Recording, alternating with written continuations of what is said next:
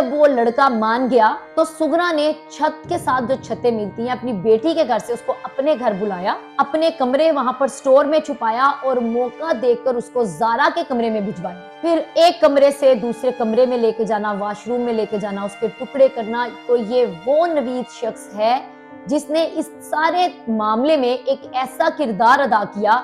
کہ جس کو سننے کے بعد آج بھی رونگٹے کھڑے ہو جاتے ہیں۔ نوید کی زندگی آخر کیسی تھی کہ وہ اتنی آسانی سے کسی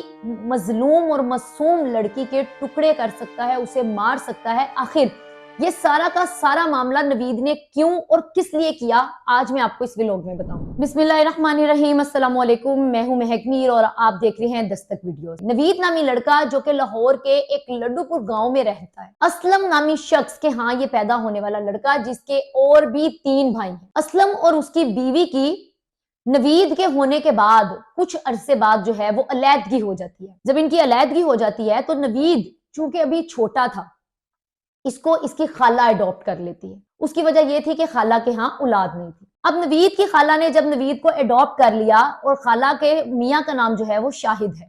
یہ دونوں نوید سے بہت محبت کرتے ہیں، اس پہ توجہ دیتے ہیں کیونکہ ان کی کوئی اولاد نہیں تھی، لیکن اللہ تعالیٰ ان کو کچھ ہی عرصے کے بعد نا اولاد سے نواز دیتا ہے، ان کو بھی اللہ تعالیٰ ایک بچہ عطا فرما دیتا ہے۔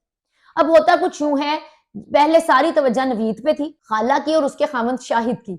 لہٰذا ہوتا کچھ یوں ہے کہ نوید احساس کمتری کا شکار ہونے لگتا ہے۔ وہ اس چیز کو محسوس کرتا ہے کہ جو پیار محبت جو سب کچھ پہلے میرے ساتھ تھا اب وہ ڈیوائیڈ ہو گیا ہے، مجھ پہ اتنی توجہ نہیں دی جا رہی، لیکن پھر بھی وہ خالہ کے ہاں رہتا تھا، اس نے رہنا ہی تھا، لیکن اس کے ساتھ ساتھ نوید کے جو پہلے باقی کے 3 بھائی تھے وہ بھی اسی علاقے میں علیحدہ گھر میں رہ رہے تھے۔ اب یہ سگنا بی بی کا نوید کے ساتھ کیا رشتہ تھا کہ نوید اتنی آسانی سے سگنا بی بی کی بات مان جاتا ہے۔ سگنا بی بی جو ہے یہ اس خالہ جس نے اڈاپٹ کیا اس کے خاوند کی چچا زاد بہن ہے، کزن ہے، شاہد کی چچا زاد کزن ہے سگنا بی بی۔ ان کا جو ہے ان کے گھر بہت آنا جانا تھا، لاہور میں یہ آتی جاتی رہتی تھی۔ اب یہ اپنا ایک یاسمین نے اور سگنا نے ایک پلان تیار کر رکھا تھا بہت دیر پہلے سے، انہوں نے اس کو اپنے گھر رکھا ہوا تھا، ان کا ایک پورا ذہن بنا ہوا تھا، لہٰذا اس چیز میں انہوں نے شامل کرنے کے لیے ان کے سگنا کے دماغ میں نوید آیا، کیونکہ اس وقت تمام لوگ دیکھ رہے تھے کہ نوید جو ہے وہ تھوڑا باغی سا ہو گیا،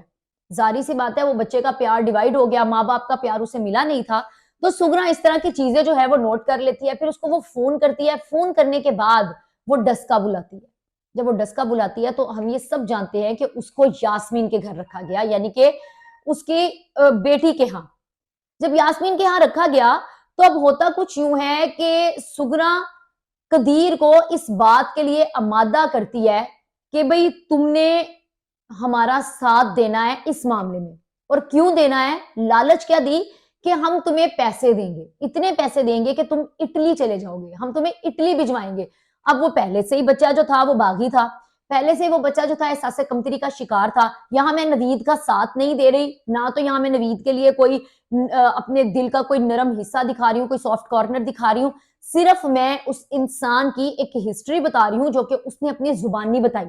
اور باقی پولیس کی طرف سے جو تحقیق کی گئی کہ اس نوید نامی لڑکے نے اتنا بڑا قدم اٹھایا تو اس کے پیچھے تاریخ کیا ہے، اس کے پیچھے کیا وجوہات ہیں، اس کی پچھلی زندگی کیسی تھی۔ تو اس کی پچھلی زندگی میں نہ تو اس کو اس کے ماں باپ کا پیار ملا،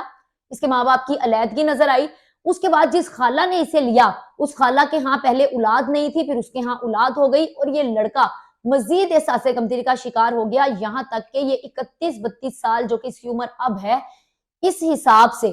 یہ لڑکا کاشتکاری بھی کرتا تھا، یہ لڑکا بھینسیں بھی رکھتا تھا، اور جتنی ایک اچھی زندگی گزارنے کے لیے ایک پیسے کی ضرورت ہوتی ہے اتنا پیسہ اس لڑکے کے پاس ہے تھا، لیکن اس کو زیادہ پیسہ چاہیے تھا، اس کو یہاں سے باہر نکلنا تھا، اس کو اٹلی جانا تھا، اس لیے سگنا بی بی نے کچھ اس طرح کی آفرز اور کچھ اس طرح کے لالچ والے جو چیزیں ہیں وہ اس کے سامنے رکھی کہ اس کے برین کو اس طرح سے واش کیا گیا کہ بھی تم باہر کی زندگی بڑی سہانی ہے، یہاں تو تم اس طرح کی کاٹ رہے ہو، اس کی وجہ سے گزار رہے ہو، تو ہم تمہیں باہر بھیج دیں گے۔ تو یہ وہ تمام واقعہ جس کے بعد اٹلی جانے اور زیادہ پیسے جمع کرنے کی لالچ میں نوید نے اتنا بڑا قدم اٹھایا، جس کے بعد کا